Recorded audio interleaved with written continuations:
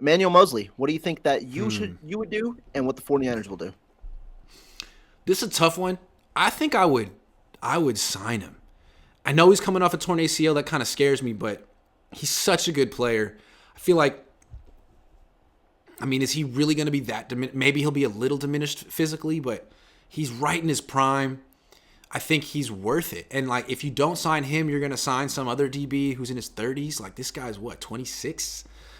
And if you don't sign him, you're not going to sign some other corner who's similarly priced. You're just going to tell the fans that you like Diamador Lenore, which is great. And I like Diamador too, but I really like Moseley. And I feel like that's the option here. Spend on Moseley or let him go and roll with Diamador.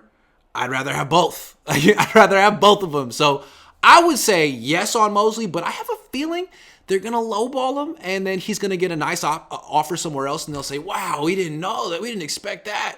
And he's going to go. That's what I think. I'll agree. We could go with Houston. He could go to D'Amico with Houston because they can. Sorry, did I take that? I'm sorry.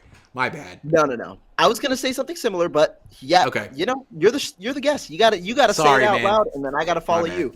But we gotta talk about that because Emmanuel Moseley, to me, me and you have been on the same page.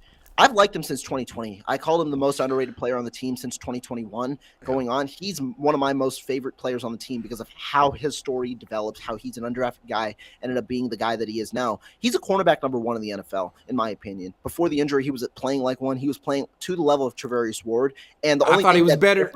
Yeah. I thought he was better. Yeah, he's really good. He's a little bit smaller, and he does get hurt. I mean, he gets hurt. So that's the thing. I don't know if he keeps getting hurt, then you don't want. It's a tough one. I like him though, and I'm always skeptical of first round picks, but the undrafted free agents, I'm like emotionally invested. I'm like, come on, man, you can do it. You're one of us. Come on. But no, do it for Eric Crocker. I do think the 49ers should look to re-sign him. Now it depends because if Emmanuel Moseley gets a multi-year deal, go get your money. Your guy coming off an ACL tear. If you can get the multi-year deal, go get your money. And I wouldn't be surprised if D'Amico Ryan's a guy who has seen him and seen his recovery because apparently he's ahead of recovery. I wouldn't be surprised if he says, "Yo, come be a cornerstone guy. We'll pay you $225. Come be a cornerstone guy, and we'll set you up, man." I wouldn't be surprised because I don't think the 49ers go past a 1-year deal or maybe a 2-year deal with guaranteed money only on the first year.